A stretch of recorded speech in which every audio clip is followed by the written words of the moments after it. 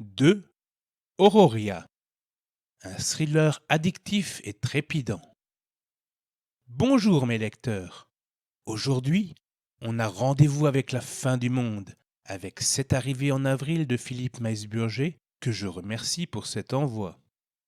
Bon, soyons honnêtes, on est passé vraiment à ça du coup de cœur. Mais ça l'a vraiment frôlé, tant l'histoire était addictive et les personnages attachants. On plonge dans l'histoire avec une facilité déconcertante.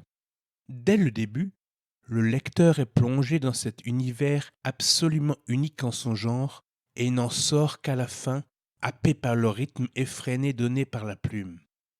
Franchement, on n'a absolument pas le temps de s'ennuyer. Chaque événement arrive très rapidement à la suite du précédent, ne laissant pas de répit au lecteur. Et je dois dire que c'est vraiment quelque chose que j'ai adoré. Après avoir lu l'introduction, je n'ai cessé de lire jusqu'au grand final que j'ai franchement adoré. Dans cette atmosphère de fin du monde, cette dystopie est vraiment incroyable, surtout dans les thèmes qu'elle aborde. C'est vrai, c'est la première fois que je lis une histoire pareille, avec de tels retournements de situation. Pas de panique, je ne vous dirai rien, promis. En plus de l'histoire, il y a également des personnages absolument attachants et à qui on s'identifie extrêmement facilement. Enfin, surtout pour Vincent. Karine est en réalité un peu plus éloignée à notre situation, malheureusement pour elle.